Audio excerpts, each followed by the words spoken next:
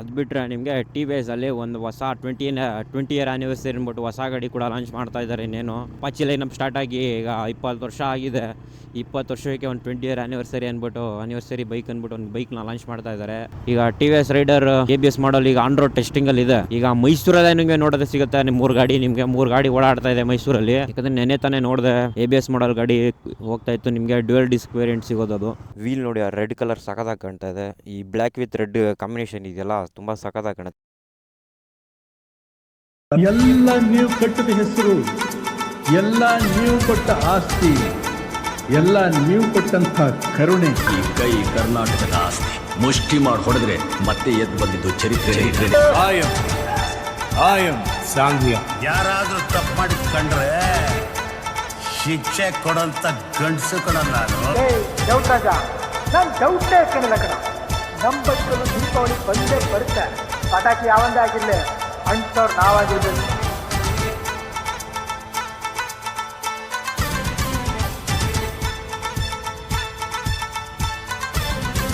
Hello guys, ಎಲ್ಲರೂ ಹೇಗಿದ್ದೀರಾ? Hope ಎಲ್ಲರೂ ಕೂಡ ಚೆನ್ನಾಗಿದ್ದೀರಾ ಅಂತ ಅನ್ಕೊಂಡಿದ್ದೀನಿ. ನಾನು ನಿಮ್ಮ ಪ್ರಶು ಕನ್ನಡಿಗ. ಇವತ್ತು ನಮ್ಮ ಮುಂದೆ ಇದೆ TVS Apache RTR 160 4V guys. ಇದು ಗಾಡಿನ ಕಂಪ್ಲೀಟ್ ಆಗಿ ರಿವ್ಯೂ ಮಾಡೋಣ, ಎಕ್ಸ್ಪೀರಿಯನ್ಸ್ ಮಾಡೋಣ. ಗಾಡಿ ಆನ್ ರೋಡ್ ಪ್ರೈಸ್ ಏನಿದೆ ಇದು ಹೇಳ್ಬೇಕಂದ್ರೆ, ನಿಮಗೆ ಸಿಂಗಲ್ ಚಾನಲ್ ABS ಗಾಡಿ, ನಿಮಗೆ ಡ್ಯುಯಲ್ ಚಾನಲ್ ನಿಮಗೆ ಅಪ್ ಅಂಡ್ ಡೌನ್ ಫೋರ್ಕ್ ಸಿಗುತ್ತೆ. ಇದರಲ್ಲಿ ಟೆಲಿಸ್ಕೋಪಿಕ್ ಇದೆ. ಇನ್ನು ಗಾಡಿ ಫ್ರಂಟ್ ಇಂದ ನೋಡೋದಾದ್ರೆ ನಿಮಗೆ DRL ಇದೆ, ಡೇ ಟೈಮ್ ರನ್ನಿಂಗ್ ಲ್ಯಾಂಪ್, ಮತ್ತೆ 2 ಹೆಡ್ ಲ್ಯಾಂಪ್ ಕೊಟ್ಟಿದ್ದಾನೆ, ಐ ಬೀಮ್ ಬ್ಲೂ ಬೀಮ್. ಅಂದ್ರೆ ಅಷ್ಟು ಅಕ್ಯುರೇಟ್ ಆಗಿ ನಂಗೆ ಕಾಣಿಸಲ್ಲ, ಒಂದು ಲೆವೆಲ್ ಓಕೆ ಅನ್ಬೋದು. ಮತ್ತೆ ಇಂಡಿಕೇಟರ್ ಇವರು LED ಹಾಕ್ಸಿರೋದು ರೋನಿನ್ ಗಾಡಿ ಇದಕ್ಕೆ ಬರುತ್ತೆ. ನಿಮ್ಗೆ ಅಲೋಜನ ಇಂಡಿಕೇಟರ್ ಏನೋ ಬರುತ್ತೆ, ಇವರು ರೋನಿಂದು ಬಿಚ್ಚಿ ಈ ಗಾಡಿಗೆ ಹಾಕಿರೋದು. ಇವರು ಟೈಲ್ ಟೈಡಿಗೆ ಬಂದ್ರೆ ನಿಮಗೆ ನಾರ್ಮಲ್ ಟೈಲ್ ಟೈಡ್ ಇದೆ, LED. ಅದ್ ಬಿಟ್ರೆ ನಿಮಗೆ LED ಇಂಡಿಕೇಟರ್ ಇದೆ. ಅಂದ್ರೆ ಕಂಪ್ನಿಯವರು ನಿಮ್ಗೆ ಅಲೋಜನ್ ಕೊಡ್ತಾರೆ, ಇವರು LED ಹಾಕ್ಸಿರೋದು ಇವರು. ನಾ ಫ್ರಂಟ್ ನಿಮಗೆ ಟೆಲಿಸ್ಕೋಪಿಕ್ ಸಸ್ಪೆನ್ಷನ್ ಸಿಗ್ತಾ ಇದೆ.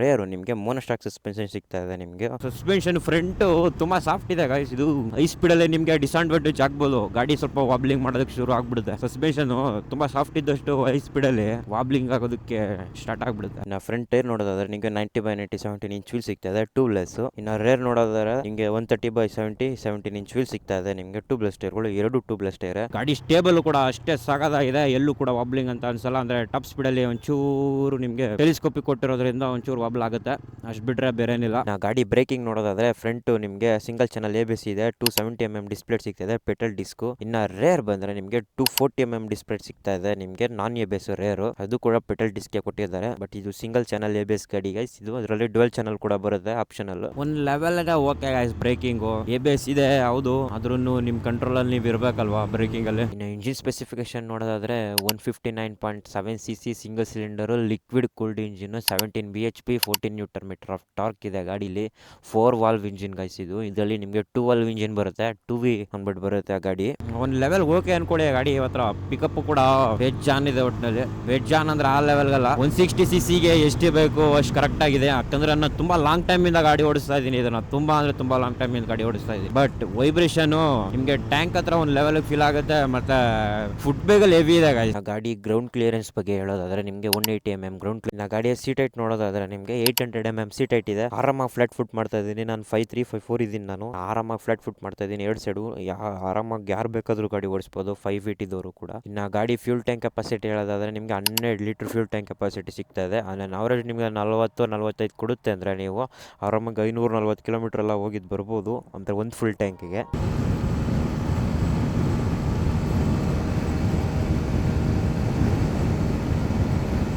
ಇನ್ನು ಗಾಡಿ ಓವರ್ ಆಲ್ ಕರ್ವ್ ವೇಟ್ ನೋಡಿದ್ರೆ 146 ಇದೆ ಓವರ್ ಆಲ್ ಕರ್ವ್ ವೇಟು. ಮಾತ್ರ ಹೈವೇಲಿ ತುಂಬ ಸ್ಟೇಬಲ್ ಆಗಿ ಕೂಡ ಇರುತ್ತೆ. ಬಟ್ ನೀವು ಹೈ ಸ್ಪೀಡಲ್ಲಿ ಟರ್ನಿಂಗಲ್ಲಿ ನಿಮಗೆ ಫ್ರಂಟ್ ನಿಮಗೆ ಸ್ಟೇರಿಂಗು ವಾಬ್ಲಿಂಗ್ ಆಗುತ್ತೆ, ಯಾಕಂದರೆ ಟೆಲಿಸ್ಕೋಪಿಕ್ ಸಸ್ಪೆನ್ಷನ್ ಕೊಟ್ಟಿರೋದ್ರಿಂದ. ಅದರಿಂದ ನಿಮಗೆ ಗಾಡಿ ಸ್ವಲ್ಪ ಸ್ಟೇಬಲ್ ಅಷ್ಟಿಲ್ಲ ಅಂತ ಕೂಡ ಹೇಳ್ತೀನಿ. ಅಂದರೆ ಹೈ ಸ್ಪೀಡಲ್ಲಿ ಹೇಳ್ತಾರೆ, ನಾನು ಲೋ ಸ್ಪೀಡಲ್ಲಿ ಆರಾಮಾಗಿ ಹೋಗ್ಬೋದು. ನೀವು 80 to 90 ಆರಾಮಾಗಿ ಹೋಗೋದು. ನೀವು 90 ಮೇಲೆ ಹೋದರೆ ನಿಮಗೆ ವಾಬ್ಲಿಂಗ್ ಸ್ಟಾರ್ಟ್ ಆಗಿ ಶುರು ಆಗುತ್ತೆ. ಅಂದರೆ ಹೆವಿ ಅಲ್ಲ, ಲೈಟಾಗಿ, ಮತ್ತು ಡೆತ್ ವಾಬಲ್ ಕೂಡ ಆಗ್ಬೋದು.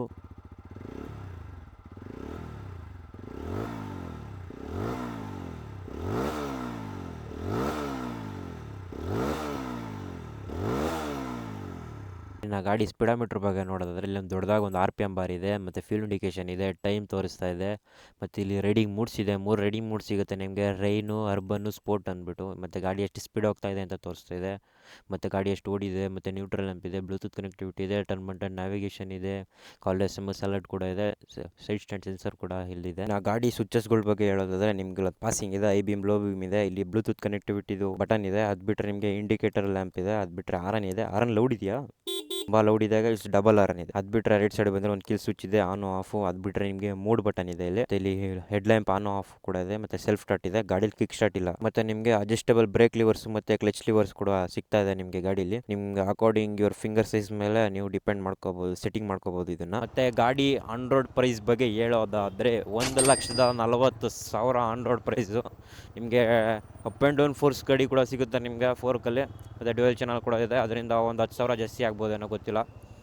But still you have to prefer that ಇದನ್ನೇ ತೊಗೊಳ್ಳಿ ಅಂತ, ಯಾಕಂದರೆ ಕಮ್ಮಿ ಬಜೆಟ್ ಇದೆ, ಮತ್ತು ಒಂದು ಒಳ್ಳೆ ಮೈಲೇಜ್ ಕೂಡ ಇದೆ. ಐ ಹೋಪ್ ಗೈಸ್ ಎಲ್ಲರಿಗೂ ಕೂಡ ವೀಡಿಯೋ ಇಷ್ಟ ಆಗಿದೆ ಅಂತ ಅಂದ್ಕೊಂಡಿದ್ದೀನಿ. ಲೈಕ್ ಮಾಡಿ, ಶೇರ್ ಮಾಡಿ, ಸಬ್ಸ್ಕ್ರೈಬ್ ಮಾಡಿ ಅಂತ ಹೇಳ್ತಾ, ride safe and be safe guys and piece.